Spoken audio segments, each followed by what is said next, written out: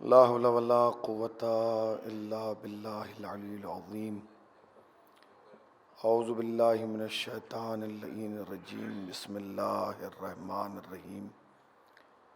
الحمد لله الذي ذكره للشرف الذاكرين وشكره فوز للشاكرين وطاعته نجاة للمطيعين.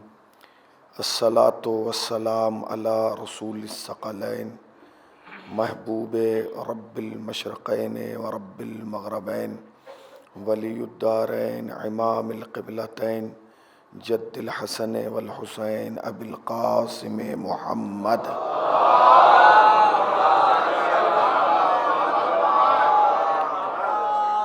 اما بعد فقد قال اللہ حق سبحانہ تبارک وتعالی وقولہ الحق. بسم اللہ الرحمن الرحیم. فاسألوا اہل الذکر ان کنتم لا تعلمون. صلوات پڑھ دیں بر محمد وآلہ.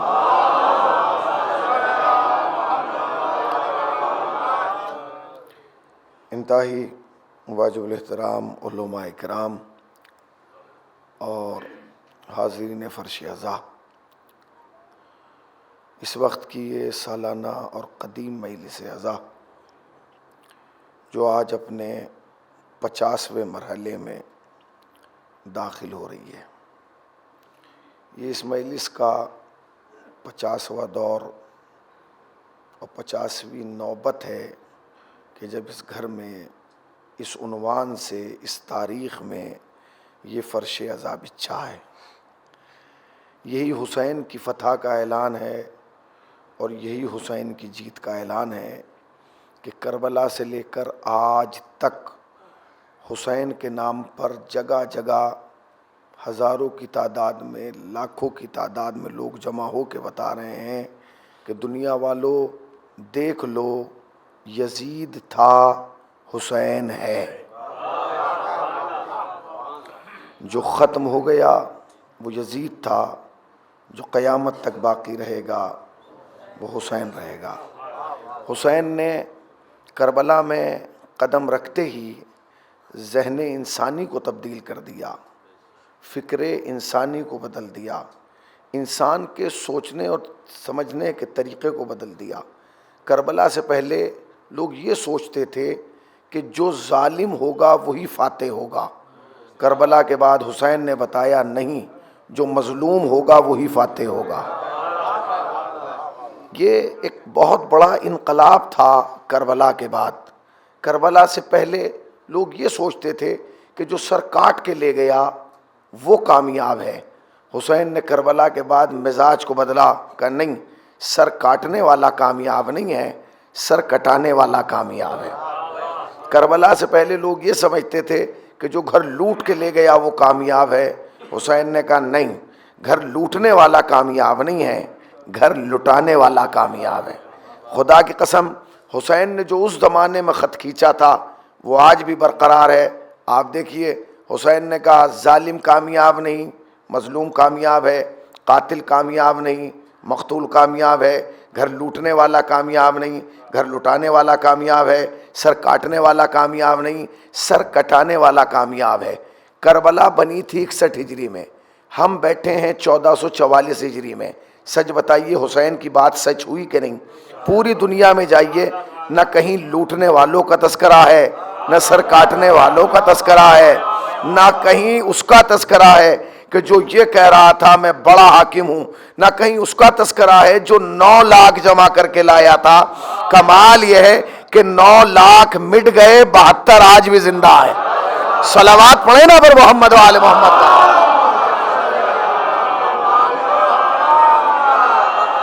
9 لاکھ مٹ گئے مگر 72 آج بھی زندہ ہیں.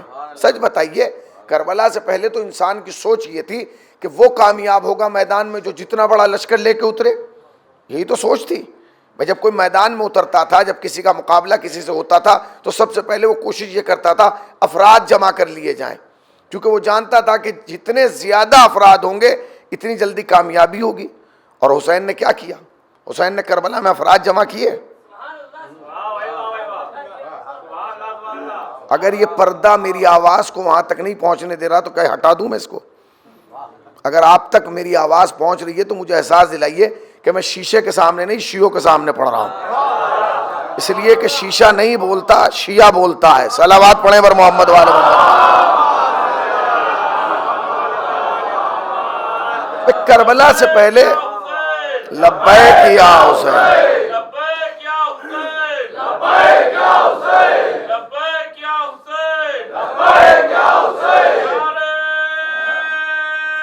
بکھر کے نہیں مل کے،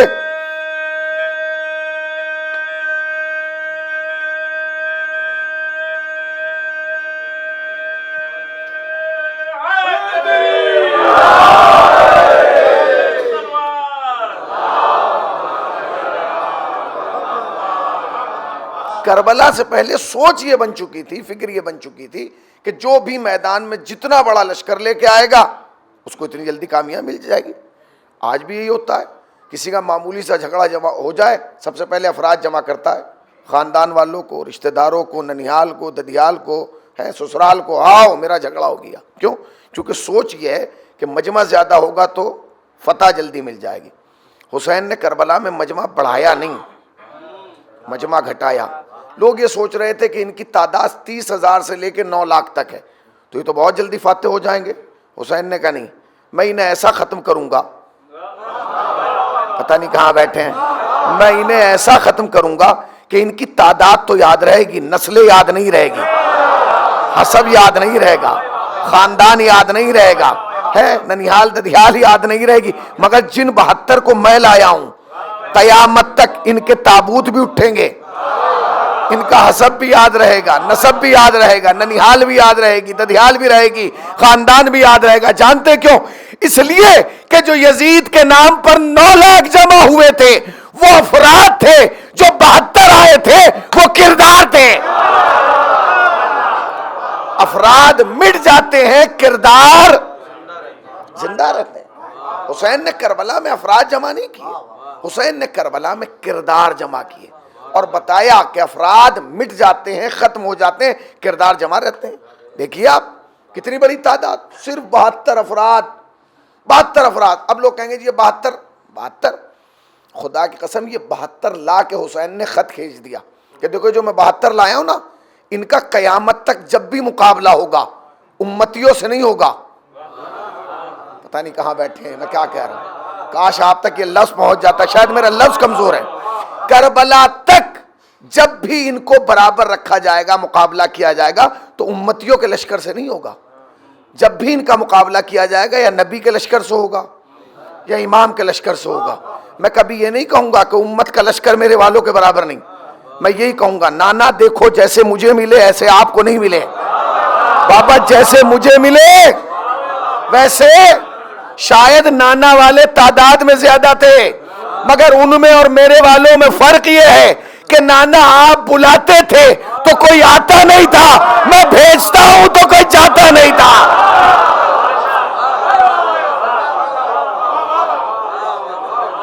میں بلا رہا تھا، میں بھیج رہا ہوں۔ اور سنیے نانا آپ کے تو دن کے اجالے میں نہیں رکے،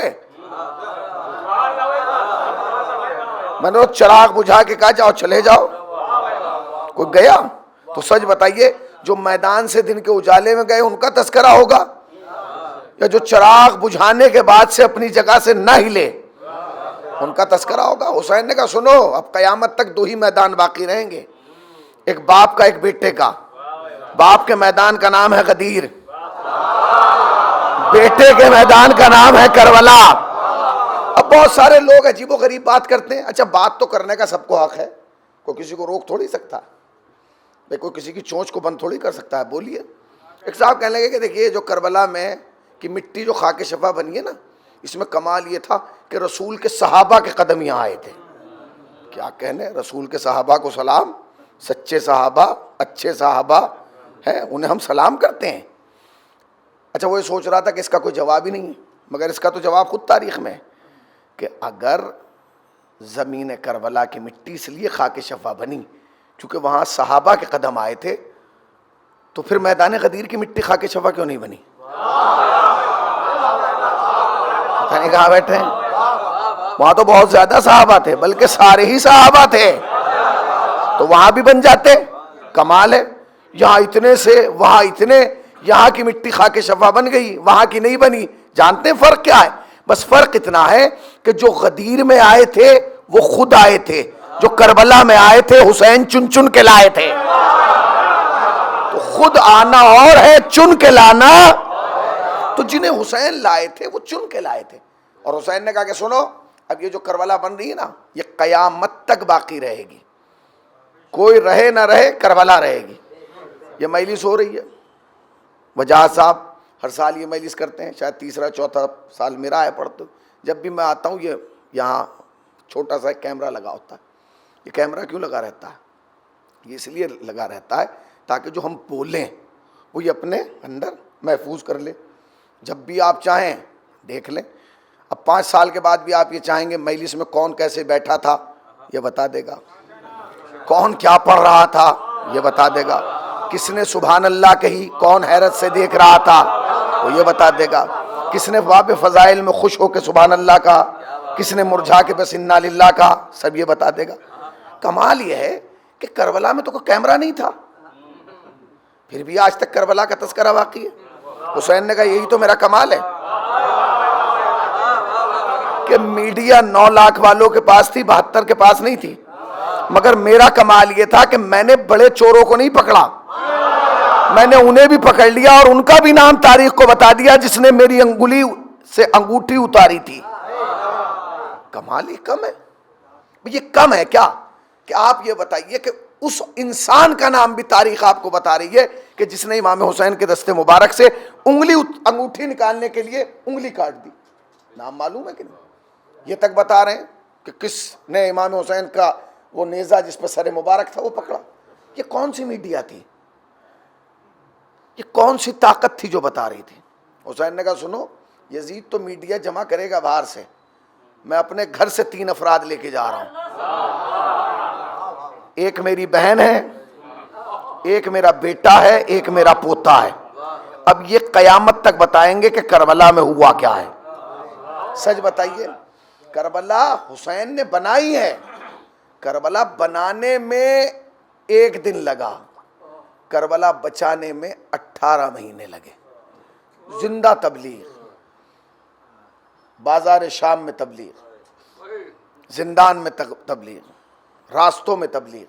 یہ کون تبلیغ کر رہا تھا؟ حسین کا سر تو نو کے سنا پہ تھا۔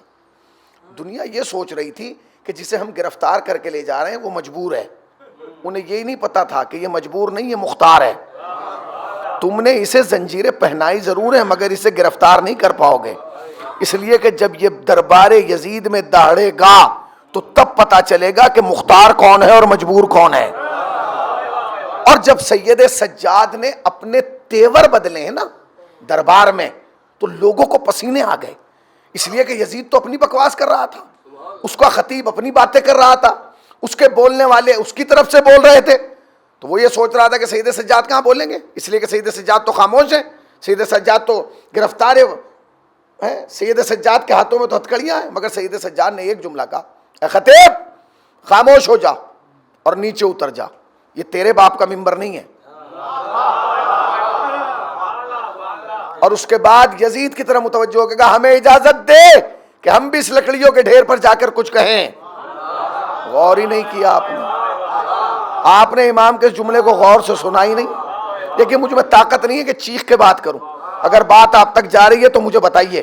سید سجاد نے پہلے خطیب بیٹھا ہوا تھا، آیا وہ لکڑیوں کا ممبر تھا؟ کیا تھا؟ ڈھیر تھا؟ نہیں، ممبر تھا۔ اگر خطیب کسی بلندی پہ جا کے بول رہا تھا تو وہ ممبر تھا، امام کو نظر بھی آ رہا تھا۔ اچھا، امام سے زیادہ ممبر کو کون پہچانے گا؟ اس لیے کہ پہلا ممبر انہی کے تو نانا کو منع ہے۔ پہلا ممبر جو ملا ہے وہ کس کو ملا ہے؟ ان کے نانا کو ملا ہے۔ بچپن سے دیکھا، اپنے نانا کو ممبر پہ دیکھا، اپنے بابا کو ممبر پہ دیکھا تو پہچانتے تھے۔ مگر آپ فرما رہے ہیں کہ یہ لکڑیوں کا ڈھیر، کیا اجازت ہے میں اس پہ چلا جاؤں؟ مولا ممبر ہے، آپ پہچانتے ہیں، مگر پھر کہنے لگے تم سمجھے نہیں، ہم آج بتائیں گے کہ ہر چیز کی عزت اس وقت ہوگی جب ہم سے منسوب ہوگا۔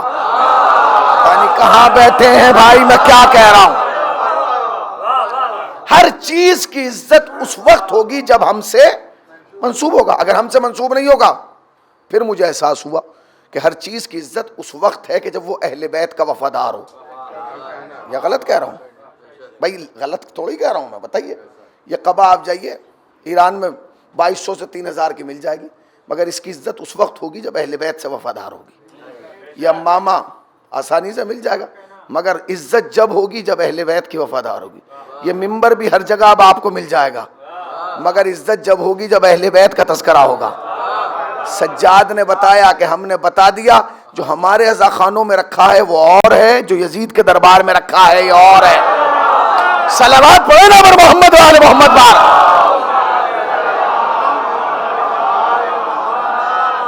ایک جملہ سے اتر، اجازت ہے ہم چلے جائیں؟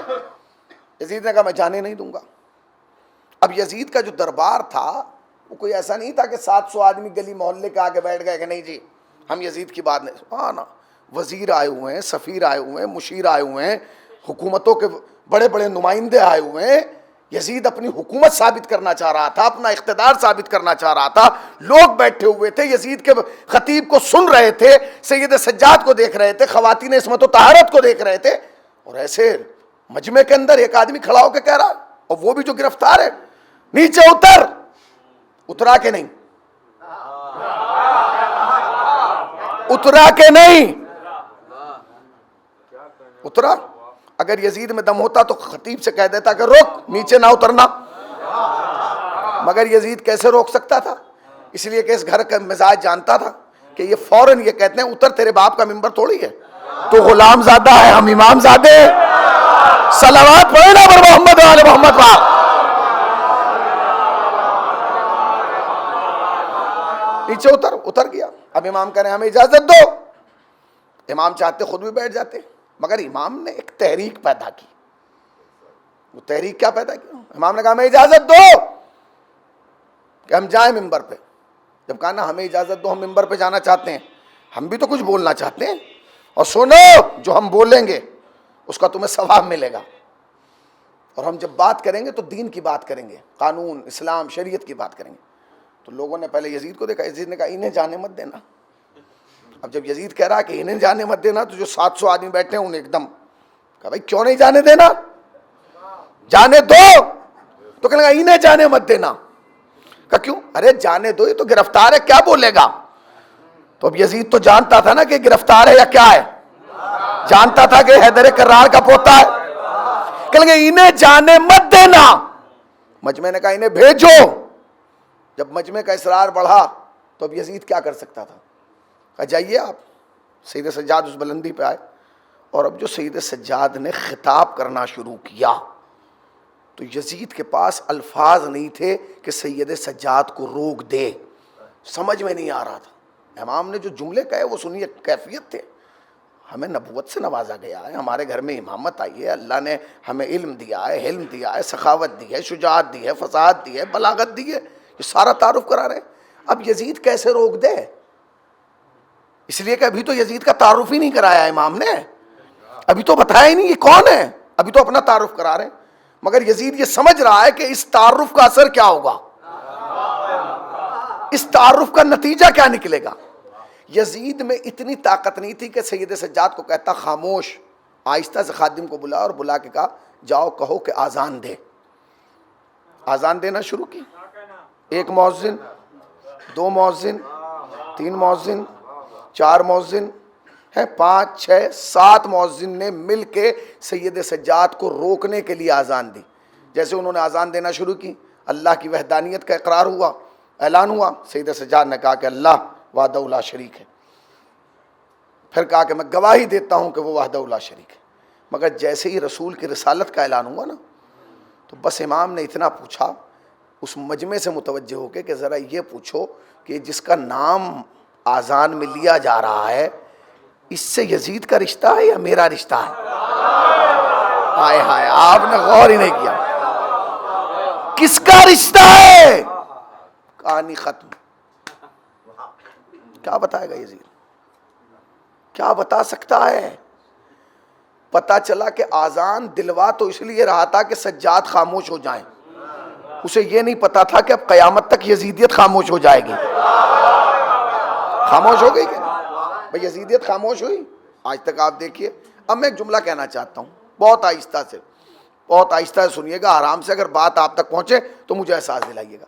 ایسا خاموش کیا سید سجاد نے، ایسا خاموش کیا، ایسا خاموش کیا، ایسا خاموش کیا کہ آج تک یزیدیت خاموش ہے۔ جانتے ہیں سید سجاد کی ہیبت اتنی تھی سید سجاد کی ہیبت دربار یزید میں کہ یزید نے ہر موضوع پر بات کی، مگر ایک دفعہ یہ نہیں کہا کسی سپاہی سے کہ اسے لاؤ اور کہو کہ میری بیعت کر لے، کیونکہ وہ جانتا تھا کہ بیعت کا نتیجہ کیا نکلا ہے۔ کمال ہے، دربار اس کا تھا، لوگ اس کے تھے، افراد اس کے تھے، مجمع اس کا تھا، مگر زبان میں طاقت نہیں تھی کہ سجاد سے کہتے کہ ہماری بیعت کر لے۔ آج آپ دیکھیے، آپ خود سوچئے، دیکھیے کربلا کے بعد کتنا انقلاب آیا۔ کل رات کی مجلس میں نے ایک جملہ کہا کہ حسین نے جو کربلا سجائی تھی نا، وہ 61 ہجری کے لیے نہیں سجائی تھی، یہ یاد رکھیے گا، کربلا 61 ہجری کے لیے نہیں ہوئی تھی، قیامت تک ہونے والے ہر واقعے کا جواب کربلا میں تھا۔ کوئی چیز ایسی نہیں تھی کہ جس کا جواب حسین نے اس زمانے میں نہ دیا ہو جو آج ہونا ہے۔ مثلا میں آپ کو مثال دوں، ایک مثال دینا چاہتا ہوں۔ کربلا میں حسین نے سب کو کہا واپس چلے جاؤ، تو تاریخ نے لکھا کہ حسین کو افراد کی ضرورت نہیں ہے، مگر جب کربلا میں آ گئے تو حسین نے ایک کو خط لکھ کے بلایا، حبیب چلے آؤ۔ کمال ہے، مولا اگر افراد کی ضرورت تھی تو انہیں کیوں نہیں لائے، اور اگر افراد ضرورت نہیں ہے تو انہیں اکیلے کو کیوں بلا رہے ہیں؟ بھئی اگر وہ سارے لوگ آ جاتے جو امام کے ساتھ آئے تھے مکہ مدینے میں کہ ہم چلنا چاہ رہے ہیں، تو یہ تعداد 72 پہ تھوڑی رہتی، 7200 ہوتے، مگر امام نے سب کو واپس کر دیا۔ کمال یہ کہ جو حسین مسلسل واپس کرتا آ رہا تھا، وہ ایک آدمی کو خط لکھ کے بلا رہا ہے، آ جاؤ۔ کیوں بلایا حسین نے؟ حبیب نے آ کے کیا کر لیا کربلا میں؟ نہیں، حسین ہے امام، امام کی حکمت امام جانتا ہے۔ امام نے بلایا اس زمانے میں تھا، اثر آج نظر آ رہا ہے، میں پتہ نہیں کہاں بیٹھے ہیں، آدھا درجن سے زیادہ علماء بیٹھے ہیں۔ دیکھیں حبیب سے حسین کے کئی رشتے ہیں، رشتے سنیے کیا ہیں؟ دوست ہیں حبیب، بچپن کے ساتھی ہیں حبیب، ٹھیک ہے، کوئی پرانا معمولی رشتہ نہیں ہے، نانا اور بابا کے زمانے سے ایک رشتہ حبیب سے جڑا ہوا۔ جب حسین خط لکھ رہے ہیں تو ایک جملہ لکھ رہے ہیں، کیا لکھ رہے ہیں؟ یہ لکھ رہے ہیں میرے دوست آ جا، اے میرے بچپن کے ساتھی آ جا، نہیں، حسین نے ایک لفظ لکھا، وہی لفظ اہم تھا کربلا میں۔ حسین نے لکھا رجل الفقی حبیب ابن مظاہر، اے مرد فقی حبیب کربلا میں چلے آؤ۔ دوست نہیں لکھا، بھائی نہیں لکھا، بچپن کا ساتھی نہیں لکھا، حسین نے لکھا مرد فقی، مرد فقی، مرد فقی، مرد فقی۔ علماء بیٹھے، ان سے پوچھئے، امام کی موجودگی میں فقی کی حیثیت نہیں ہوتی، اس لیے کہ خود امام موجود ہے۔ بہت سارے لوگ کہتے ہیں جی ہم تو امام کی تقلید میں ہیں۔ ابے جاہل احمق، تجھے پتہ ہی نہیں ہے، امام کی بیعت ہوتی ہے، تقلید نہیں ہوتی۔ امام کی بیعت کی جاتی ہے، تقلید نہیں کی جاتی۔ اب کمال ہے بھائی، امام کربلا میں 3 امام، خود مولا حسین، امام سید سجاد، امام محمد باقر، 3 امام موجود ہیں، ایک فقی کو بلا رہے ہیں۔ بھائی فقی کیا کرے گا یہاں؟ امام تو موجود ہیں، خود موجود ہیں، تو فقی کی ضرورت کیا ہے؟ مسائل آپ بیان کیجئے، دین آپ پہنچائیے، شریعت آپ پہنچائیے، اسلام آپ پہنچائیے، قرآن آپ پہنچائیے، قانون آپ پہنچائیے۔ امام نے کہا تم جانتے نہیں، کربلا تو 61 ہجری میں بن رہی ہے، مگر مسئلے قیامت تک کے حل کرنا ہے۔ میں آج کربلا میں فقی کو بلا کر اپنی قوم کے ہر جوان کو بتانا چاہتا ہوں کہ جب کربلا بغیر فقی کے مکمل نہ ہو سکی، تمہاری زندگی بغیر فقی کے مکمل کیسے ہو؟ کربلا بغیر فقی کے مکمل۔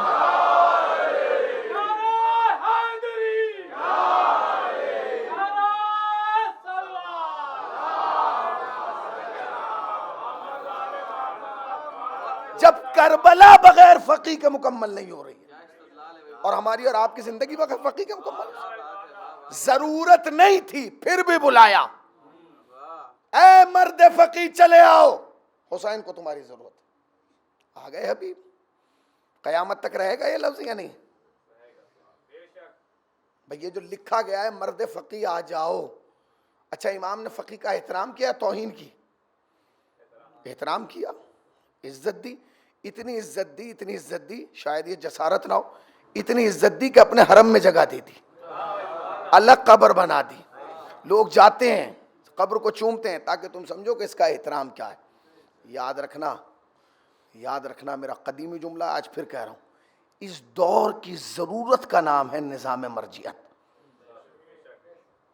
اس لیے کہ اس دور غیبت میں تشیع کا افتخار تین ہی چیزیں ہیں، یا ولایت علی، یا عزاداری سید الشہداء، یا نظام مرجعیت۔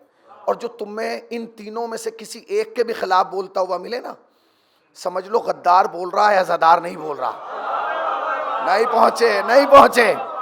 جو ولایت علی، عزاداری سید الشہداء اور نظام مرجعیت کے خلاف زبان کھولتا ہوا ملے، سمجھ لو کہ غدار ہے، عزادار نہیں ہے۔ اگر کوئی کہنا ان کی کیا ضرورت ہے، یہی تو ہیں، اگر ان کی ضرورت نہیں پھر کس کی ضرورت ہے؟ اس لیے کہ شیعت پر احسان ان تین کا ہے، اور احسان بتاؤں کیا ہے؟ احسان یہ ہے کہ ولایت علی نے ہمیں صراط سے ہٹنے نہیں دیا، جملہ سنیے گا باہر والے بھی، ولایت علی نے ہمیں صراط مستقیم سے ہٹنے نہیں دیا، عزاداری سید الشہداء نے ہمیں مٹنے نہیں دیا۔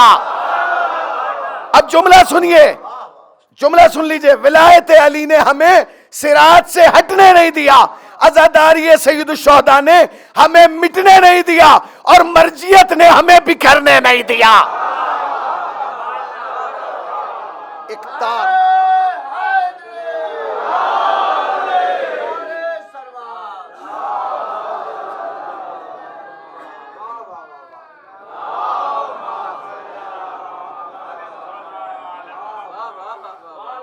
عزاداری سید الشہداء کا احسان ہے، اس کو مانیے۔ آج پوری دنیا آپ سے کیوں جل رہی ہے بھائی؟ کیوں تم سے پریشان ہے لوگ؟ اس لیے پریشان ہے کیونکہ تم عزادار ہو، تم ماتمدار ہو، تمہارے پاس ایک جادہ ہے، ایک راستہ ہے جو تمہیں حریت اور آزادی کی طرف لے کے جا رہا ہے۔ تمہارا مقابلہ دشمن سے نہیں ہے، دشمن کو تو حسین کربلا میں بے نقاب کر چکے، اب ہمیں بے نقاب کرنے کی ضرورت ہی نہیں ہے۔ کیا ہے؟ دیکھیے آپ کربلا کے آثار دیکھیے، کربلا حسین نے حملے جب کیے، لاشیں اب اٹھانا پڑ رہی ہیں۔ حسین کا حملہ جب ہوا، لاشیں اب اٹھا رہے ہیں ہم لوگ کہ دیکھو یہ ایک لاش یہ پڑی ہے۔ میں آپ کو مثال دوں، دیکھیے وقت کے ساتھ چیزیں بدلتی ہیں، حیثیت نہیں بدلتی، حیثیت نہیں بدلتی انسان کی، وہ وہی رہتی ہے، اسٹیٹس وہی رہتا ہے۔ میں مثال دوں، مثلا مثال کے طور پر ایک صاحب شاعر ہیں،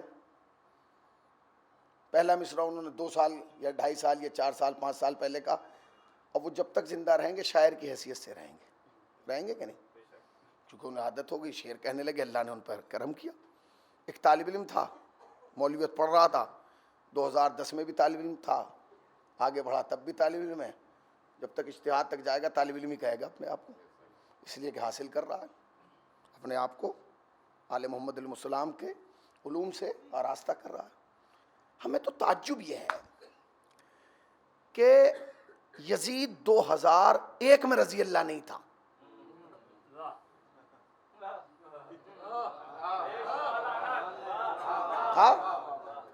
یزید 2001 میں مولوی صاحب رضی اللہ نہیں تھا، 2004 میں بھی رضی اللہ نہیں تھا، 2005 میں بھی رضی اللہ نہیں تھا، 2008 میں بھی رضی اللہ نہیں تھا، 2010 میں بھی نہیں تھا، 2012 میں بھی نہیں تھا، 2014 میں نہیں تھا، 16 میں نہیں تھا، 18 میں نہیں تھا، ایک دم اچانک ایمرجنسی طور پر 2019 میں رضی اللہ بنا دیا۔ یہ کیسے بنا؟ یہ کیسے حادثہ ہوا بھائی؟ کل تک تو سب اس پہ لعنت بھیجتے تھے، ہمارے سارے مسلمان بھائی کہتے تھے یزید پہ بھائی لعنت ہم بھی بھیجتے ہیں، آپ بھی یزید پہ لعنت بھیجیے، اوروں کو مت کچھ کہیے، ہم آپ کے ساتھ یزید پہ لعنت بھیج رہے ہیں۔ وہ کہتے تھے آپ ان پہ کیوں لعنت بھیجتے ہیں؟ تو ہمارا جواب یہی ہے، آپ کی لعنت میں اور ہماری لعنت میں بنیادی فرق یہ ہے کہ آپ پروڈکٹ پہ لعنت بھیج رہے ہیں، ہم کمپنی پہ بھیج رہے ہیں، اس لیے کہ اگر کمپنی صلوات پڑھے نا پر محمد و آل محمد بات.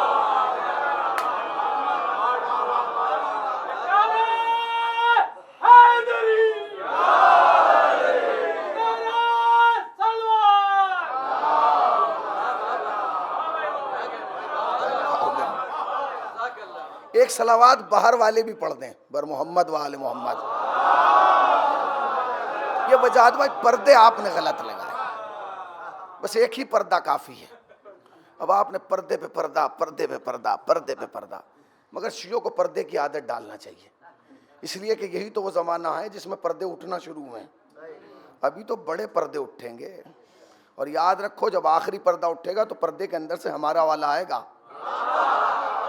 تمہارا والا نہیں آئے گا. تو پردوں کی ہمیں عادت ہے. اب آپ سنیے یہ حادثہ کیسے ہوا بھائی. میں بڑا پریشان تھا کہ یار یہ حادثہ کیسے ہو گیا. ایک آدمی 2002 میں رضی اللہ نہیں، 2009 میں رضی اللہ نہیں، 2015 میں نہیں، ڈائریکٹ 2019 میں آتے رضی اللہ کے نعرے لگنے لگے. ہوا کیا؟ حسین نے حملہ جب کیا تھا لاشیں اب اٹھانا پڑ رہی ہیں، پڑھ رہی ہیں کہ نہیں؟ اب آپ کو میں بتاؤں گا.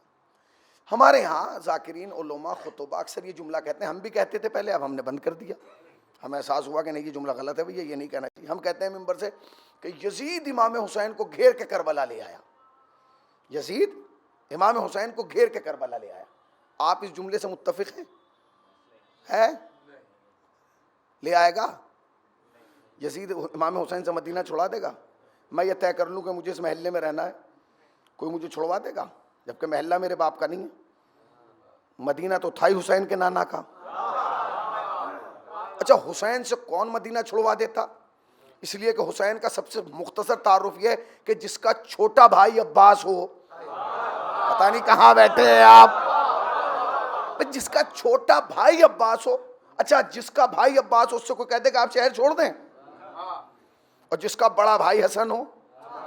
دونوں کی شجاعت میں ایک فرق ہے. عباس تلوار کے دھنی ہے، جو کام تلواروں سے نہیں ہوتا وہ حسن نے زبان سے کر دیا. بھرے مجمع میں کہا نہیں. جب ایک نے بکواس کرنا شروع کی تو حسن نے بس ایک جملہ کہا، تو مردوں میں کیا کر رہی ہے؟ نسل بدل گئی. صلوات پڑھے بر محمد و آل محمد بار. ایک اور صلوات پڑھے بر محمد و آل محمد بار.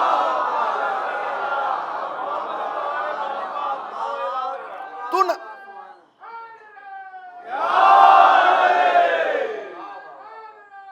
اس کے علاوہ چاہ رہا ہے.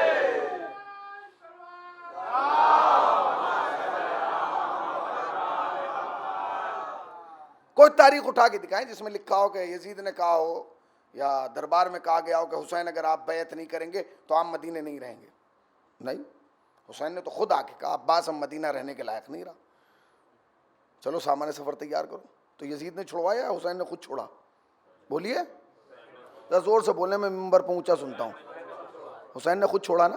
کسی کے باپ میں دم نہیں تھا جو حسین کے سامنے کھڑا ہو کے یہ کہتے کہ آپ مدینہ چھوڑ دیں. کیوں چھوڑا حسین نے؟ وجہ کیا تھی؟ کربلا مدینے میں بن جاتی، بن سکتی تھی کہ نہیں؟ آرام سے بن سکتی تھی. کربلا مدینے میں بن جاتی نا. حسین نے مدینے میں نہیں بنائی. کیوں بھائی؟ مکہ شہر تھا اس میں بنا لیتے. چلو بھائی وہاں یہ حدیث تھی کہ جو حدود مکہ میں مارا جائے وہ باغی ہوگا. باہر گئے میدان جنگل کا انتخاب کیا. کیوں حسین نے بستیاں چھوڑ کے جنگل کیوں بسایا؟ اس کا راز جانتے ہیں؟ وہ راز بتاؤں گا میں آپ کو. دیکھیے حسین ہے پنجتن کی آخری کڑی. حسین سے پہلے 4 ہستیاں ہیں. حسین کے نانا، حسین کے بابا، حسین کی مادر گرامی، حسین کے برادر یعنی بھائی. 4 ہستیاں ہیں. رسول، علی، فاطمہ، حسن اور آخر میں حسین. حسین نے ان چاروں کی زندگی کو باقاعدہ بغور دقت سے دیکھا. حسین نے دیکھا سب سے بڑا میرے نانا. حسین سے بڑا کسی کا نانا ہے؟ بولیے.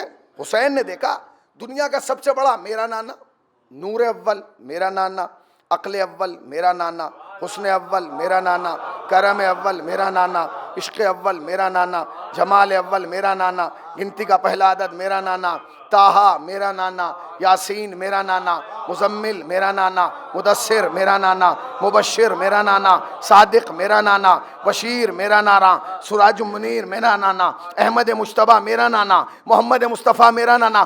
حیرت سے کیوں دیکھ رہے ہو؟ کہ حسین کو اپنا نانا یاد ہے. بھیا جب لوگوں نے اپنے برے نانا نہیں چھوڑے, حسین اچھا نانا کیسے چھوڑ دے؟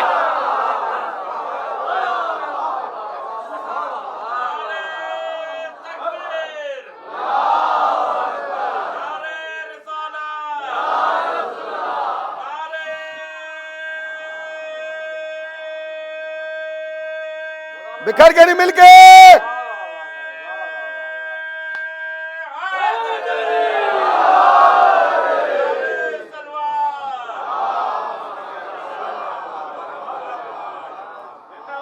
جب لوگوں نے اپنے برے نانا نہیں چھوڑے, اور قریب آ کے کہہ دوں, شاید لکھنؤ اس جملے پہ ہو جائے, جب لوگوں نے اپنے بدبودار نانا نہیں چھوڑے,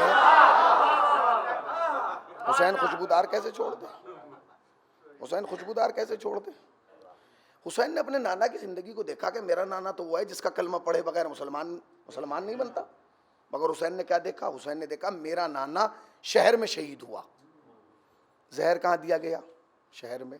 زہر کہاں دلایا گیا؟ شہر میں. مگر میں پوچھنا چاہتا ہوں, کتنے مسلمان ہیں جو یہ جانتے ہیں کہ رسول کا قاتل یہ ہے؟ پتہ ہے؟ بھائی معلوم ہے کسی کو کہ یہ رسول اللہ کا قاتل ہے؟ کسی کو پتہ ہی نہیں. کیوں؟ کیونکہ شہر میں قتل ہوا تھا. شہر کی اتنی دیواریں اتنی بلند ہوئیں کہ رسول کے قاتل کو چھپا لیا.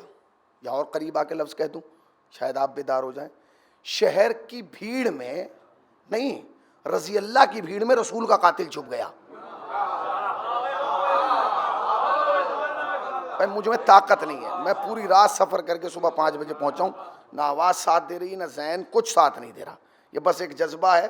آپ بول رہے ہیں تو میں بول رہا ہوں, جیسے ہی آپ چپ ہوں گے میں بھی چپ ہو جاؤں گا. بالکل آرام آرام سے آپ سنتے رہیے, مگر جہاں جملہ پہنچے مجھے احساس دلائیے کہ ہر حسینی تک حسینی کی بات پہنچ رہی. پھر سنیے, حسین نے دیکھا کہ سب سے بڑا میرا نانا ہے. میرے نانا کو شہر میں قتل کر دیا. سارے کلمہ پڑھنے والے تھے, آج تک قاتل کو نہیں ڈھونڈ پائے. ٹھیک ہے, حسین نے دیکھا میرے نانا کا قاتل شہر میں چھپ گیا. اس کے بعد مادر گرامی, کیا کہنا, رسول کی اکلوتی بیٹی. پھر جملہ کہہ رہا ہوں, سارے تبرے ایک طرف, ساری لعنت ایک طرف. جب آپ کہتے ہیں نا رسول کی اکلوتی بیٹی, نہ جانے کتنوں کے درد ہو جاتا ہے. اور یہی کہا کریں, یہی سب سے بڑی رسول اللہ کی اکلوتی بیٹی ہیں فاطمہ. دروازہ کہاں چلا؟ شہر میں. پسلیاں کہاں ٹوٹیں؟ شہر میں. محسن کہاں شہید ہوئے؟ شہر میں. یہ سب شہر میں ہوا. قاتل کا نام کتنوں کو پتا ہے؟ اس قوم کے علاوہ کوئی جانتا ہے؟ اور جنہیں پتا ہے وہ مصلحتاً نہیں لیتے. حسین نے پھر دوبارہ دیکھا کہ میری اماں کے قاتل بھی شہر میں چھپ گئے. جیسے نانا کے قاتل رضی اللہ کی بھیڑ میں چھپے تھے, اماں کے قاتل بھی رضی اللہ کی بھیڑ میں چھپ گئے. کوئی بات نہیں. اس کے بعد بابا, شیعوں کا پہلا امام, مسلمانوں کا چوتھا خلیفہ, شہید کہاں ہوئے؟ شہر میں. شہر بھی کوئی معمولی نہیں, کوفہ, اس زمانے کی چھاونی, اس زمانے کی منڈی جہاں پوری دنیا کے لوگ نظر آتے تھے. شہید کہاں ہوئے؟ مسجد میں, محراب عبادت میں, عالم سجدہ میں شہید ہوئے. کتنے لوگوں کو پتا ہے کہ علی کا قاتل کون ہے؟ اس قوم کے علاوہ کوئی جانتا ہے کہ علی کے قاتل کا نام کیا ہے؟ میری مسلمانوں سے ہاتھ جوڑ کے گزارش ہے کہ تم نے رسول کا قاتل نہیں ڈھونڈا, تم نے فاطمہ کے قاتل نہیں ڈھونڈے, تم نے حسن کا قاتل نہیں ڈھونڈا, تم نے حسین کا نہیں ڈھونڈا, علی کا تو ڈھونڈ لو. اس لیے کہ اگر ہمارا پہلا امام ہے تو تمہارا چوتھا خلیفہ بھی تو ہے. اور کم سے کم اس لیے ڈھونڈ لو کیونکہ سلسلہ خلافت میں اکیلا علی تو ہے جو شہید ہوا ہے. نہیں پہنچے؟ ہلاک ہونے والے اور ہیں, شہید ہونے والے اور ہیں. صلوات پڑھو پر محمد والے محمد بار. بتائیے آپ, بھائی کم سے کم مسلمانوں کو ڈھونڈنا چاہیے کہ نہیں؟ ہمارے والے تو سب ہلاک ہو گئے, ایک شہید ہوا, اسی کا قاتل ڈھونڈ لو. ان کے قاتل کو بھی نہیں ڈھونڈا. علی کے قاتل بھی چھپ گئے, ایک قوم کے علاوہ کوئی نہیں جانتا. پھر حسن, اللہ اکبر, سبط اکبر, جو دوش رسالت پہ جس نے سواری کی ہو, جس نے زبان رسالت چوسی ہو, جس کے لیے مرسل اعظم کے اقوال کا انبار ہو. زہر کہاں دیا گیا؟ شہر میں. زہر دلانے والا شہر میں, زہر دینے والی شہر میں. کتنوں کو معلوم ہے کہ امام حسن کا قاتل کون ہے؟ اس قوم کے علاوہ کوئی نہیں جانتا. اچھا, حسین تھے آخری کڑی. حسین نے دیکھا کہ نانا کا قاتل شہر میں چھپا, اماں کے قاتل شہر میں چھپے, بابا کے قاتل شہر میں چھپ گیا, بھائی کے قاتل شہر میں چھپ گئے. اب آخر میں بچے تھے حسین. معلوم حسین کو بھی تھا کہ شہید ہمیں بھی ہونا ہے، مگر حسین نے کہا پروردگار ہم قتل تو ہوں گے مگر قاتل چھپنے نہیں دیں گے۔ آئے آئے آئے آئے آئے آئے، نہیں پہنچے، ہم قتل تو ہوں گے مگر قاتل کو چھپنے نہیں دیں گے۔ حسین نے کہا یزید شہر کے باہر آ جا، نہ دیواریں ہوں گی نہ بھیڑ ہوگی، باہر آ۔ حسین یزید کو باہر لے آئے، آ گیا باہر۔ یہ بتائیے کہ جیسے یزید کا نام معلوم ہے لوگوں کے، قاتل حسین یزید ہے، کسی اور کا نام معلوم ہے؟ ان سب نے لعنت کرنا شروع کی، بھائی یہ پکڑا گیا مجمع میں، یہ پبلک میں پکڑا گیا، اسے چھپایا نہیں جا سکتا، اس پہ تو لعنت بھیجنا پڑے گی ورنہ معاملہ خراب ہو جائے گا۔ کربلا سے لے کے 2019 تک یہ لعنت بھیجتے رہے، لعنت بھیجتے رہے، لعنت بھیجتے رہے، مگر 2019 میں آ کے انہوں نے سسٹم بدلا کہ نہیں بھائی یہ تو رضی اللہ ہے۔ آخر یہ 2019 میں رضی اللہ کیوں بنا جانتے ہیں؟ پورے مجمع کی بھرپور توجہ۔ ہوا یہ کہ مسلمان یہ سمجھ رہے تھے کہ حسین نے کربلا میں خالی اپنا قاتل پکڑا، مگر ان کی سمجھ میں اب آیا حسین نے قاتل تو اپنا پکڑا تھا، مگر جب نقاب الٹی نانا کا بھی پکڑا گیا، اماں کے بھی پکڑے گئے، بھائی کا بھی پکڑا گیا۔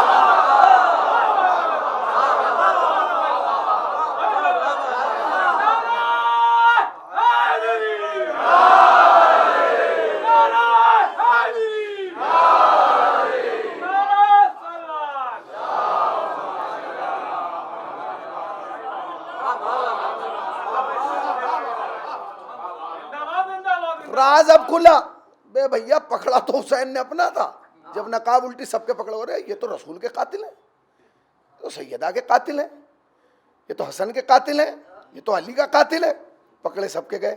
اب حیرت سے کیوں دیکھ رہے ہیں کہ پکڑا ایک کو تو سارے پکڑے کیسے گئے؟ اس کی وجہ جانتے ہیں؟ وجہ یہ تھی کہ جیسے قتل ہونے والوں کا خاندان ایک تھا، کہاں بیٹھے ہیں، اسی لیے تو ہم خالی پروڈکٹ پہ لعنت نہیں کرتے، کمپنی پہ لعنت کرتے ہیں۔ صلوات پڑھیں نا پر محمد وآل محمد پر۔ اچھا وہ جو پہلے چھپے ہوئے تھے وہ بن چکے تھے سب رضی اللہ، یہ پکڑا گیا تھا، اسے رضی اللہ نہیں بنایا، مگر اب مشکل یہ آئی کہ یہ جب پکڑا گیا تو سب کے راز کھل گئے۔ اب دو صورت تھی، یا تو پہلے والے قاتلوں کے سامنے سے رضی اللہ ہٹایا جائے یا اس کے سامنے بڑھا دیا جائے۔ آئے ہائے، لکھنؤ والوں تمہارے سننے کو سلام ہے، ایک ایک حسینی کو میں سلام کرتا ہوں۔ بھائی دو صورتیں تھیں، یا تو انہیں اس پوسٹ سے ہٹایا جائے یا اسے اس پوسٹ پہ بٹھا دیا جائے۔ انہوں نے بڑا دماغ لگایا، انہیں ہٹایا بہت ناراض ہوں گے، انہیں بھی ہٹایا اور لوگ ناراض ہوں گے، انہیں بھی ہٹایا، اس سے بہتر یہ کہ انہیں نہ ہٹایا جائے اسے بٹھا دیا جائے۔ تو جہاں پہلے 3-4 کرسیاں پڑی تھی ایک اور ڈل گئی کہ آپ بھی چیف گیسٹ ہیں اس جلسے کے، آپ بھی رضی اللہ۔ یہ سمجھ رہے تھے کہ جب ہم اسے رضی اللہ کہیں گے پوری شیعہ قوم پھک جائے گی، جل جائے گی اور تڑپ کے کہے گی یہ کیا ہو گیا۔ کسی نے کہا؟ کچھ نہیں کہا، سب خاموشی سے رہے اور مسکراتے رہے۔ میں نے پوچھا بھئی یہ رضی اللہ بن گیا تم مسکرا کیوں رہے ہو؟ کہنے لگے ان کا احسان ہے کہ انہوں نے رضی اللہ بنا دیا، ان کا احسان ہے کہ انہوں نے اسے رضی اللہ بنا دیا۔ میں نے کہا احسان کیوں ہے؟ کہ انہوں نے اسے رضی اللہ بنا کے کم سے کم یہ تو بتایا کہ ان کے یہاں رضی اللہ ہوتا کیسا ہے۔ ان کے یہاں اسٹیٹس یہ ہے نا، انہوں نے یہ بتایا کہ ان کے یہاں پورے مجمع کی توجہ، انہوں نے اسے رضی اللہ بنا کے بتایا کہ رضی اللہ ہوتا کیسا ہے۔ اب یزید بن گئے رضی اللہ، اب تاریخ اٹھائیے کہ رضی اللہ ہے یزید تو یہ ہے کیا؟ اب کتاب پڑھیے، آپ پتہ چلا یزید شراب پیتا تھا، اوہو، یزید جوا کھیلتا تھا، یزید گانے سنتا تھا، یزید فعل حرام کرتا تھا، یزید غیبت کرتا تھا۔ اور میں نے کہا اچھا اب ان سب کے سامنے رضی اللہ لگا، یہ بھی رضی اللہ، یہ بھی رضی اللہ، یہ بھی رضی اللہ، شرابی رضی اللہ، گانے سننے والا رضی اللہ، بندروں سے کھیلنے والا رضی اللہ۔ اب ہمیں پتہ چلا کہ جو ہماری قوم میں لعنت اللہ ہوتا ہے وہ آپ کے یہاں رضی اللہ ہوتا ہے۔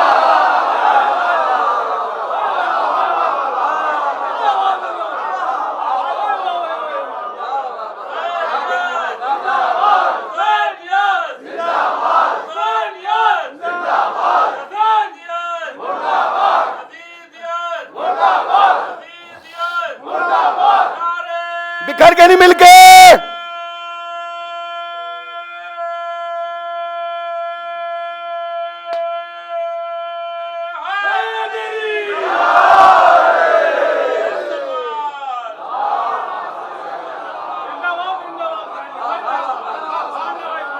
تو اب پتہ چلا، ہمیں اب پتہ چلا خدا کی قسم، ہمیں تو اب معلوم ہوا کہ جو ہماری قوم میں لعنت اللہ ہوتا ہے آپ کے یہاں وہ رضی اللہ ہوتا ہے. بڑے خوش تھے، یہ ہم نے اس کو بچا لیا، ہم نے اس کی حفاظت کر لی. حسین نے تو اسے کسی کام کا چھوڑا ہی نہیں کربلا کے بعد، کسی کام کا نہیں چھوڑا. میں آپ کو دلیل دوں گا. آپ جن گلی محلوں میں رہتے ہیں اس میں آپ ٹہلیے، گھومیے پھریے، چوراہوں پہ، سڑکوں پہ، شاہراہوں پہ، آپ کو 5-7 روزانہ ایسے آدمی مل جائیں گے جن کے نام فاطمہ کے قاتلوں کے نام سے ملتے ہیں. ملے گا نہیں؟ آپ کا نام ماشاءاللہ، اوہو بہت اچھا نام ہے، ملیں گے نہیں؟ فاطمہ کے قاتلوں پہ لوگوں کے نام ملیں گے؟ نہیں، اس محلے میں نہیں ہے، شہر میں تو ہیں، شہر میں تو ہیں. اب یہ بتائیے شہر میں محلہ ہے یا محلے میں شہر ہے؟ ٹھیک ہے نا؟ ہے ٹھیک ہے نا؟ ہے کہ نہیں؟ بولیے. کہنے لگا جی ٹھیک ہے کوئی بات نہیں. اب آپ جائیے، عبد الرحمن نہ جانے کتنوں کے نام ہیں، فاطمہ کے قاتلوں کے نام مل جائیں گے، حسن کے قاتل کا نام مل جائے گا، علی کے قاتل کا نام مل جائے گا، مگر کسی کا نام جلدی سے حسین کے قاتل کے نام پر نہیں ملے گا. سارے رجسٹر چیک کیجئے، پلے کلاس سے لے کے یونیورسٹی تک، کسی کا نام نہیں ہوگا. کیوں؟ حسین نے اس لائق چھوڑا ہی نہیں ہے. دنیا کی سب سے بڑی گالی اگر کوئی ہے تو وہ لفظ یزید ہے. حسین نے لفظ یزید کو ایک لعنت بنا دیا، یزید کے نام کو ایک لعنت بنا دیا. بھائی صاحب یزید کو لوگوں نے اتنا سیریس لیا، اتنا تو شیطان کو نہیں لیا. خود بتائیے آپ بھائی، اتنا سیریس لوگوں نے شیطان کو نہیں لیا. لوگ شیطان کو ہلکے میں لے لیتے ہیں، یزید کو کوئی ہلکے میں نہیں لے رہا. نہ یزید نہیں ہلکے میں لیا جائے گا بھائی. یزید کو ہلکے میں لے لیا تو سارا مسئلہ خراب ہے. آپ بتائیے، اب آپ اس لفظ سے متفق ہو یا نہ ہو، مگر میں کہہ رہا ہوں یزید کو لوگوں نے ہلکے میں لیا ہی نہیں، اسے سیریس لیا. شیطان کو ہلکے میں لیے. میں مثال دے رہا ہوں. ہم پہنچے، یہاں آ گئے، میں نے لے جا کے اپنا اماں اتار کے میز پہ رکھ دیا. ایک بچہ آیا، بار بار امامی کی طرف دیکھ رہا. میں نے کہا بیٹے نہیں، یہ نہ کھول دینا، نہ مسئلہ بہت سخت ہو جائے گا، مجلس پڑھنا. وہ رک نہیں رہا. اب ان کے ابا بھی آ گئے، پیچھے ہٹو. پھر بچہ وہیں جا رہا. تو انہوں نے آہستہ سے کہا مولانا پریشان نہ ہوئیے، تھوڑا سا شیطان ہے. اوہو. میں نے کہا چلیے تھوڑا سا شیطان ہے، کوئی مشکل نہیں. 5 منٹ کے بعد اس نے آ کے ماما ہی کھول دیا. میں نے کہا یہ کیا کر دیا؟ تو ابا کہنے لگے مولانا تو بہت بڑا شیطان ہے. میں نے کہا اچھا بہت بڑا شیطان ہے. تھوڑی دیر کے بعد اس نے پورا اس کا کپڑا بھی کھول دیا. میں نے کہا بھائی صاحب یہ آپ کا بچہ چھوٹا موٹا شیطان نہیں ہے، نہ بڑا شیطان، یہ یزید ہے. اس نے آستینیں چڑھا لی. کہنے لگا کیا کہہ رہے ہیں آپ؟ میں نے کہا کیا مطلب؟ بھائی آپ اپنے بچوں کو شیطان کہہ رہے تھے، کوئی بات نہیں، پہلے آپ نے چھوٹا کہا پھر بڑا. اس نے کہا سنیے، بڑا شیطان برداشت ہے، چھوٹا یزید برداشت نہیں ہے. یزید برداشت نہیں ہو رہا. کہ یزید کو یہاں تک لانے والا کون ہے؟ حسین. حسین نے یزید کو کسی کام کا چھوڑا ہی نہیں. اب آپ کیا سمجھتے ہیں یزید ختم ہو گئے؟ یزید کوئی نام وام نہیں ہے. یزید ایک صفت ہے، کہیں بھی پیدا ہو سکتی ہے، کسی کے اندر بھی پنپ سکتی، کہیں بھی یہ اپنے آپ کو ظاہر کر سکتا ہے. صفتیں ہیں، وہ صفتیں ملاتے جائیے، یزید ملتا جائے گا. کوئی شکل تھوڑی دکھائے گی یہ فوٹو ہے بھائی اس کو پہچان لو یزید ہے. صفت ہے، شراب پیتا تھا، جوا کھیلتا تھا، حرام خوری کرتا تھا، گناہ کرتا تھا، گانے سنتا تھا، ناچ دیکھتا تھا، یہ سب یزید کی صفتیں تھیں. اب اپنے سماج میں دیکھیے، جو شراب پی رہا ہو یزید ہے، جو فعل حرام کر رہا ہو وہ یزید ہے، جو اسلام کی توہین کر رہا ہو وہ یزید ہے، جو شریعت کے پامال کر رہا ہو وہ یزید ہے، جو قرآن کے خلاف جا رہا ہو وہ یزید ہے. یزید ہے کہ نہیں؟ اور سارے یزید پتہ چل جاتے ہیں. جتنے یزید لوگ سال بھر میں تیار کرتے ہیں، وہ سوچتے ہیں اس محلے میں چھپا دو، اس گلی میں چھپا دو، اس جگہ چھپا دو، یہ دبکے رہیں گے، پنپتے رہیں گے. وہ سارے یزید 2.25 مہینے میں پتہ چل جاتے ہیں. 2.25 مہینے کا ایک ایسا ٹیسٹر ہمارے پاس ہے کہ جیسے یہ ٹیسٹر ہمارے ہاتھ میں آتا ہے سارے یزید پتہ چل جاتے ہیں. پھر یزید کوئی چھپتا ہی نہیں. جانتے کیوں نہیں چھپتا؟ میں 4 مصرے پتہ نہیں کس کے ہیں مگر میں پڑھ دیتا ہوں. بڑے مشہور ہیں مگر مجھے پسند ہے، میں پڑھنا چاہتا ہوں. سن لیجئے گا، آپ کو سنے ہوئے ہوں پھر بھی ایسے سنیے گا جیسے پہلی بار سن رہے ہیں. سنیے، ایک شاعر کہتا ہے کہ جنہیں بھی بغض ہے تطہیر کے گھرانے سے، جنہیں بھی بغض ہے تطہیر کے گھرانے سے، وہ جتنے پاک ہوں پھر بھی پلید رہتے ہیں۔ پتہ نہیں کہاں بیٹھے ہیں آپ۔ وہ جتنے پاک ہوں پھر بھی پلید رہتے ہیں۔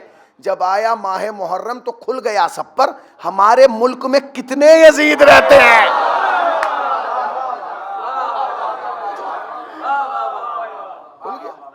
کھل گیا۔ اب آپ کہیں گے جی مولانا آپ ایک ہی یزید تھا، آپ نے یزید کیسے بنا دیے؟ میں نے بنائے، حسین بنا کے گئے یزید، تو میں نے نہیں بنائے بھائی، میرا کوئی ہاتھ نہیں یزید وزید بنانے میں۔ یہ تو حسین بتا کے گئے کہ یہ اکیلا یزید نہیں ہے، اس کے بعد بھی یزید ہیں۔ امام نے کیا کہا؟ امام نے فرمایا مجھ جیسا تجھ جیسے کی بیعت نہیں کرے گا۔ یہ نہیں کہا میں تیری بیعت نہیں کروں گا، حسین نے کہا مجھ جیسا تجھ جیسے کی بیعت نہیں کرے گا۔ مطلب سمجھے؟ یعنی میں اکیلا حسین نہیں ہوں، مجھ سے پہلے بھی حسین ہے، میرے بعد بھی حسین ہے، اور تو بھی اکیلا یزید نہیں ہے، تجھ سے پہلے بھی یزید ہیں، تیرے بعد بھی یزید۔ اس کا مطلب یہ کہ ہر دور میں یزید ہے، اور ہر دور میں حسین بھی ہے کہ نہیں؟ ہر دور میں یزید ہے، چھپے ہوئے یزید ہیں، ڈھکے ہوئے یزید ہیں، دبے ہوئے یزید ہیں، سب نکلتے ہیں۔ جب جس کو جہاں موقع ملتا ہے وہ یزید وہاں اپنا کام دکھانا شروع کر دیتا ہے۔ مگر احسان ہے کہ ہمارا حسین، یاد رکھیے گا، یزید تو بہت بدلے، حسین نہیں بدلا۔ حسین کل بھی پردے میں تھا، آج بھی پردے میں، اور انشاءاللہ اس کا جب ظہور ہوگا تب جتنے یزید ہیں سب نکل جائیں گے۔ جو قبروں میں پہنچ گئے وہ یزید بھی باہر آئیں گے، جنہیں گوگل نہیں ڈھونڈ پا رہا ہے وہ بھی باہر نکلیں گے۔ نکلیں گے کہ نہیں؟ روایات ہے کہ نہیں؟ نکلیں گے۔ آمادہ رکھیں، تیار رکھیں امام کے لیے، کبھی بھی کسی بھی وقت، اس لیے کہ وقت وہی زمانہ ہے۔ ہم اپنے آپ کو اس آخری زمانے میں پا رہے ہیں کہ جو زمانہ ظہور امام کے قریب ہے۔ اپنے آپ کو ہر وقت آمادہ رکھیں، ہر لمحہ آمادہ رکھیں، ہر وقت دعا کریں اجل علی ظہوری، اس لیے کہ امام کے ظہور کی دعا واجب ہے۔ ہماری ہر مشکل کا حل صرف ظہور امام ہے۔ ظہور امام کے علاوہ ہماری پریشانیوں کا حل کسی کے پاس ہے ہی نہیں۔ جب تک امام ظہور نہیں کریں گے ہماری مشکلات کا حل نہیں ہوگا۔ آخری جملہ، اسے ہدایت کے عنوان سے سن لیں، تبلیغ کے عنوان سے سن لیں، کیسے بھی سن لیں۔ اب تبلیغ کا مطلب یہ تو نہیں ہے کہ میں 2 گھنٹے بیٹھ کے خالی تبلیغ ہی کرتا رہوں گا، نہیں، وہ نہیں ہے۔ نہ میں یہ کہوں گا کہ بھئی آپ میری بات سنیے گا تو داد مت دیجیے گا، داد میرا حق ہے، سبحان اللہ کہنا آپ کا حق ہے۔ تو اپنے آپ کو تیار رکھیں ظہور کے لیے۔ کیسے تیار رکھیں؟ بہت زیادہ مشکل نہیں ہے اپنے آپ کو ظہور امام کے لیے تیار کرنا، بہت چھوٹا سا فارمولہ ہے، آیت اللہ بہجت نے فرمایا، وہ سن لیجیے آپ۔ وہ کہتے ہیں کہ انسان اپنے آپ کو اگر ظہور امام کے لیے تیار کرنا چاہتا ہے، اپنے آپ کو امام زمانہ کے لیے تیار کرنا چاہتا ہے، تو اس کا بہترین طریقہ یہ ہے کہ جب بازار میں جائے کپڑا خریدنے اور کپڑا خرید رہا ہو تو یہ سوچ کے خریدے کہ اگر یہ میں نے پہن رکھا ہو اور امام ظہور فرما جائیں تو ہمیں اسے بدلنا نہ پڑے، ہمیں پچھتاوا نہ ہو کہ ہم ان کپڑوں میں ہیں، امام کے سامنے کیسے جائیں۔ لباس پاک ہو جائے گا۔ جس مکان میں رہ رہا ہے امام انسان، تو یہ سوچ کے اس مکان میں رہے کہ آیا اس کی بنیاد، اس کی عمارت اتنی پاک ہے کہ نہیں کہ اگر امام آ گئے تو میں اپنے گھر لا سکوں۔ اس لیے کہ یہ آپ ہم سے ہی تو چھپا سکتے ہیں کہ غصب ہے، مگر امام سے تو نہیں چھپا سکتے، سمجھ گئے؟ خواتین کو وہ لباس پہنائیں اور خواتین بھی وہ لباس پہنیں کہ اگر امام ظہور فرمائیں تو انہیں شرمندگی نہ ہو۔ اور قریب آ جاؤں، لباس کی بات ہو گئی، مکان کی بات ہو گئی، چہرہ ایسا رکھیں، چہرہ ایسا رکھیں کہ اگر امام آ جائیں تو پچھتاوا نہ ہو کہ منہ کیسے دکھائیں گے۔ اس لیے کہ بھیا جو بنیان میں ہوگا وہ شرٹ پہن لے گا، جو لنگی میں ہوگا وہ پاجامہ پہن لے گا، جو گھر کے اندر ہوگا وہ گھر کے باہر آ جائے گا، جو بغیر برقعے کی ہوگی وہ بیچاری برقع پہن لے گی، مگر جس کے داڑھی نہیں ہے وہ بیچارہ کہاں جائے گا؟ یہ تو نکلنے میں ہفتوں نکل جائیں گے۔ چہرہ بھی وہ رکھیں جو امام کو پسند ہو، خدا کے واسطے۔ اس لیے کہ اس کے لیے بڑی شدت سے روایات آئی ہیں، بہت شدت سے، اور الحمدللہ اب تو ہمارے جوان داڑھی رکھ رہے ہیں۔ یہ بہت بڑا، اب یہ یعنی یہ اس صدی کا سب سے بڑا کام یہ ہوا کہ شیعہ قوم کے جوان داڑھی والے بھی ہیں اور مسجدوں میں سب سے اگلی صفوں میں شیعہ جوان ہیں. سمجھ گئے؟ بہت سارے لوگ کہتے ہیں جی شیعہ تو نماز ہی نہیں پڑھتے، شیعہ تو قرآن ہی نہیں پڑھتے. روایت اٹھا کے دیکھ، بہت سارے نمازی ایسے ہیں جن پہ جب وہ پڑھتے ہیں تو نماز ان پہ لعنت کرتی ہے. جب قرآن وہ پڑھتے ہیں تو قرآن کی آیتیں ان پہ لعنت کرتی ہیں. مگر شیعہ جوان جو ہے اس وقت متوجہ ہے. الحمدللہ یہ سوشل میڈیا ایک طاقت بن گیا ہے. آپ دنیا کو دیکھ رہے ہیں، آپ سیکھ رہے ہیں، مگر اپنے آپ کو امام کے لیے تیار کریں، اس لیے کہ اس عزاداری کا اصل وارث وہی ہے، کوئی نہیں ہے. انہوں نے فرش بچھایا ہے، میں مجلس پڑھ رہا ہوں، یہ ناظم ہے، آپ لوگ آئے ہیں. آپ کہیں بھی آنکھ بند کر کے سوچ لیں، آپ نے کتنا بڑا امام بارگاہ بنایا، وہ آپ کی ملکیت نہیں ہے، اس کا وارث امام ہے. فرش ازا تم نے بچھایا ہے، تم نوکر ہو، وارث نہیں ہو، وارث امام ہے. خدا کے واسطے عزاداری سید الشہداء کو بڑھاؤ، اسے گھٹنے نہ دینا. بڑی محنتوں سے یہاں آئی ہے. الحمدللہ یہ مجلس کرتے ہیں، تبرک میں کرتے بانٹ رہے ہیں. کیوں بانٹ رہے ہیں؟ یہ دنیا کے لیے عبرت ہے کہ جس کا کل تم لباس اتار کے لے گئے تھے، اس کے نام پہ آج کرتے بٹ رہے ہیں، لباس بٹ رہے ہیں. جسے کل تم نے پانی پینے کو نہیں دیا تھا نا، آج اس کے نام پر پانی. جسے تم نے 3 دن کا بھوکا پیاسا، آج اس کے نام پہ اتنا تبرک بٹ رہا ہے. ہر گھر میں آپ جائیے، کوئی گھر ایسا نہیں ہوگا جس میں تبرک پہلے سے تھا. اب لوگ یہ کہہ دیتے ہیں بھائی تھوڑا دینا، گھر میں پہلے سے رکھا ہے. یہ کرم نہیں ہے فاطمہ کے بیٹے کا، یہ احسان نہیں ہے فاطمہ کا. آج رونے کے لیے مصائب کی ضرورت نہیں ہے. آج کے رونے کے لیے بس ایک ہی جملہ کافی ہے، آج 25 محرم ہے.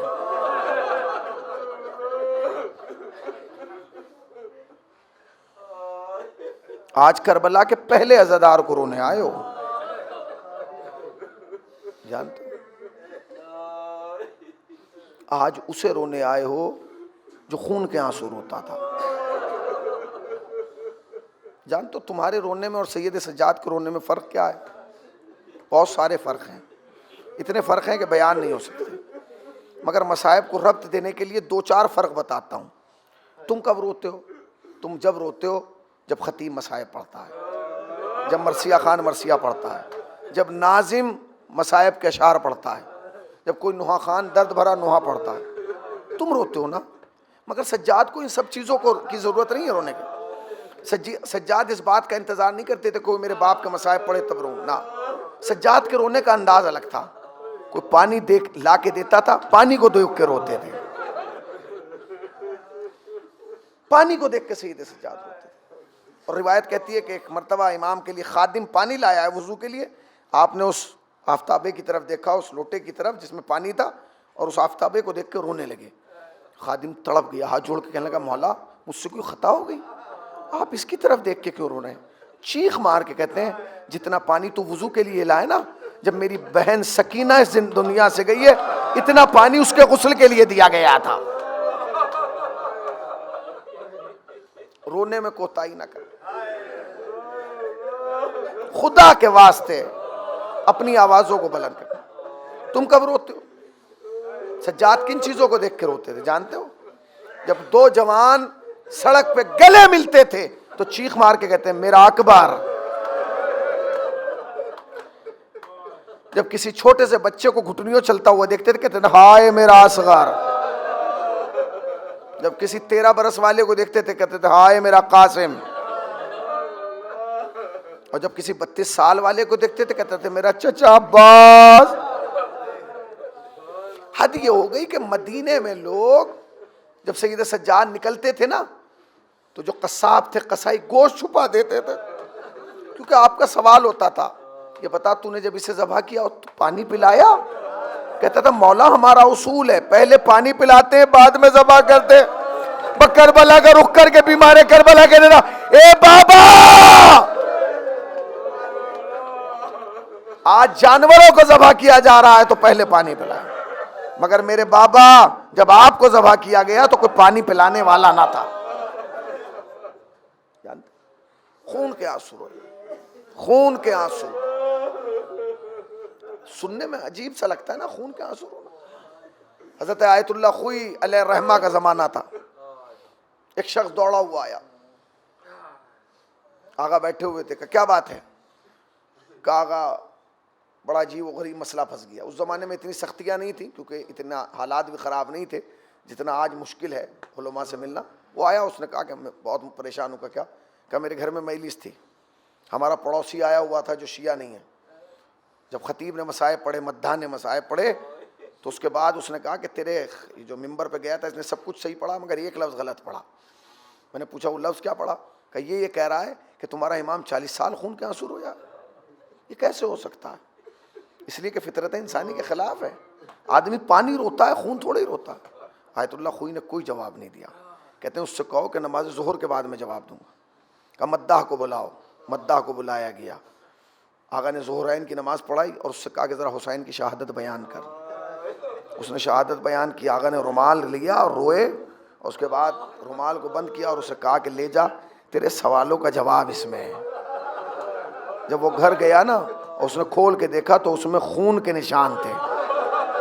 وہ تڑپ گیا, ہائے جب نائب امام ایسے رو رہا ہے, امام کیسے رویا ہوگا. مولا تمہیں کوئی غم نہ دے سوائے غم سرکار ابا عبداللہ کے. ہاں 25 محرم میں یہ سوچ کے رونا. جان تو چند جنازے اس دنیا میں ایسے گزرے جنہیں غسل دینے والے چیخ مار کے روئے ہیں, چیخ مار کے روئے ہیں. پہلا جنازہ جانتے کس کا ہے؟ پہلا جنازہ ہے سیدہ کا جنازہ, رسول کی بطول بیٹی کا جنازہ. جب علی غسل دے رہے تھے نا, چیخ مار کے روئے. جب چیخ کی آواز آئی تو پوچھا مولا کیوں روئے؟ کہتے ہیں پسلیاں ٹوٹ گئیں, کبھی ذکر نہیں کیا. دوسرا جنازہ جانتے ہو کس کا؟ دوسرا جنازہ سیدہ سکینہ سلام اللہ علیہا کا. زینب چیخ مار کے روئیں. سجاد نے کہا پھوپھی اماں کیوں رو رہی ہیں؟ کہتے ہیں میرے لال جب میں سکینہ کی قمیض اتار رہی ہوں نا, پارچہ, تو کھال ساتھ میں کھچ کے آ رہی ہے.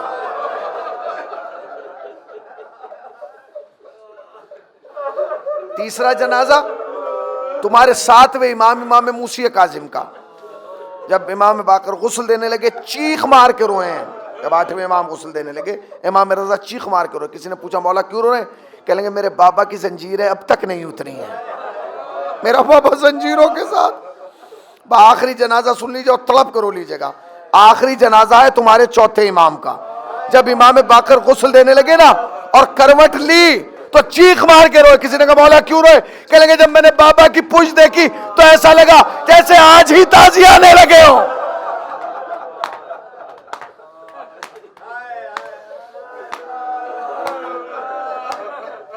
یہ غربت ہے. کس کس چیز پر روئے سجاد؟ جانتے ہو کس کس چیز پر؟ تم سوچ نہیں سکتے, تمہیں احساس نہیں ہے. جانتے ہو ایک قیامت ایسی تھی جو سجاد پہ ہر شام گزرتی تھی. امام فرماتے ہیں جس قید خانے میں ہمیں رکھا گیا تھا اس میں چھت نہیں تھی, اور جب شام ہوتی تھی تو کچھ پرندے اڑ کے ادھر جاتے تھے. میری 3.5 سال کی بہن مجھ سے پوچھتی تھی بھیا یہ پرندے کہاں جا رہے ہیں؟ تو میں کہتا تھا بہن یہ اپنے گھر جا رہے ہیں. تو سکینہ فوراً پوچھتی تھی بھیا ہم گھر کب جائیں گے؟ سن لیجئے, مولا آپ کو کوئی غم نہ دے سوائے غم سرکار غم. تاریخ کہتی ہے کہ ایک دن شام کے زندان میں آدھی رات ڈھلنے کے بعد سکینہ اپنی جگہ سے اٹھی. اٹھنے کے بعد زندان کے اس کونے میں آئی جہاں سید سجاد مٹی کے ایک ڈھیلے پہ سر رکھے ہوئے تھے اور آنکھیں بند تھیں. سکینہ قریب آئی اور ننھی ننھی انگلیاں بھائی کی زلفوں میں ڈال دی. جیسے ہی بھائی کی انگلیوں میں زلفیں ڈلیں, سجاد نے فوراً انگلیاں ڈلتی آنکھیں کھولی. سکینہ کو بیٹھے ہوئے دیکھا, اٹھ کے بیٹھ گئے. کہتے ہیں بہن آپ آ گئی, ہمیں بلا لیا ہوتا. بس سکینہ نے ایک جملہ کہا بھیا اگر بہن بن کے آتی تو بلا لیتی, آج میں بہن بن کے نہیں آئی, سوالی بن کے آئی ہوں. سجاد نے آسمان کی طرف دیکھا, آدھی رات تھی. کہتے ہیں سکینہ آدھی رات ہو گئی, کیا تم سوئی نہیں تھی؟ کیا تمہیں نیند نہیں آئی؟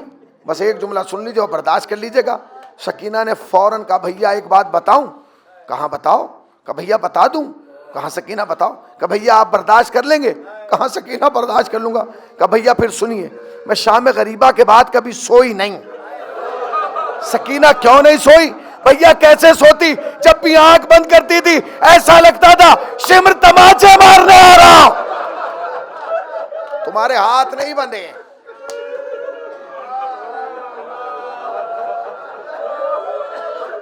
تمہارے ہاتھ نہیں بندھے، دل بھر کے ماتم کر لینا. اچھا پر بھیا آج سوئی تھی تو سکینہ کیوں اٹھ گئی؟ کہ بھیا کیا کروں، جیسے ہی آنکھ لگی خام میں بابا آ گئے. بابا کا نام سنا، سجاد سنبھل کے بیٹھے. سکینہ بابا آئے تھے، کیا فرما رہے تھے؟ کہ بھیا کچھ نہیں کہا. بابا دور کھڑے رہے اور وہیں سے باہیں پھیلا کے کہا آجا سکینہ آجا. سکینہ کیا بابا کو چھوڑ کے چلی جاؤ گی؟ بھائی ایک جملہ کہا بھیا کیا کروں، بابا کا سینہ بہت یاد آتا ہے، بابا کی خوشبو بہت یاد آتی ہے. ہاں سکینہ بتاؤ بتاؤ کیا مانگنا چاہتی ہو؟ فرش اعضا پہ بیٹھ کے دعا کرنا. جو چیز سکینہ نے سجاد سے مانگی نا، کوئی بہن اپنے بھائی سے کبھی نہ مانگے. کلیجہ پھٹ جائے گا. کیا چیز مانگ لی سکینہ نے؟ سکینہ مانگو، کیا مانگنا چاہتی ہو؟ بھیا مانگ لوں؟ ہاں مانگو سکینہ. سکینہ نے آہستہ سے جملہ کہا، مگر جملے میں اتنا درد تھا سجاد تڑپ گئے. کہتے بھیا کچھ نہیں چاہتی، بس اتنا چاہتی ہوں جب میں مر جاؤں نرم مٹی میں دفن کرنا.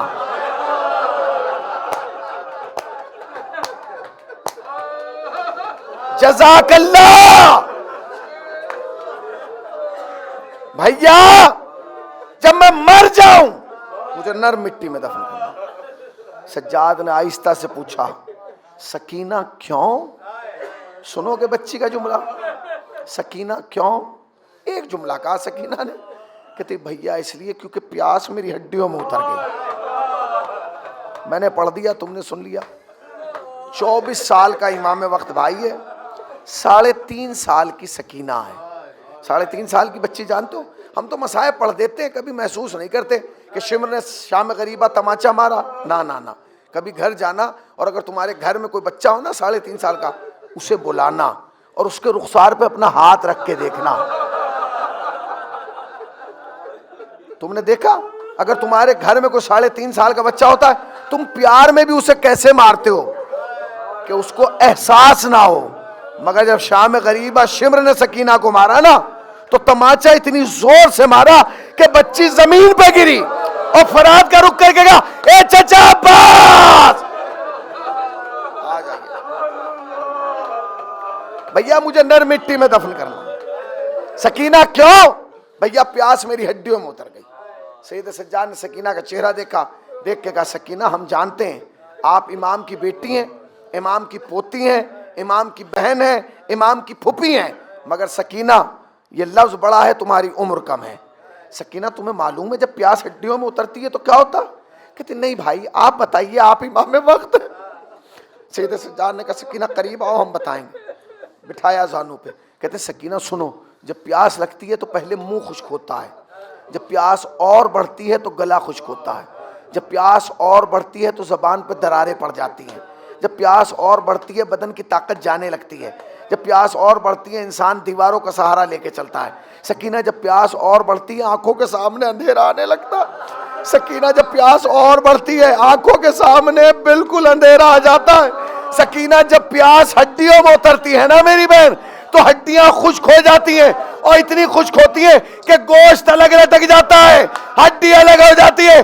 سکینہ گوشت سے اٹھی، سامنے آئی، آستین الٹ کے گا بھیا دیکھ میری ہڈی الگ گوشت الگ. سجاد طرف گئے اے میری بہنا، اے میری بچی، تیرا بھائی پیاس کا ہے.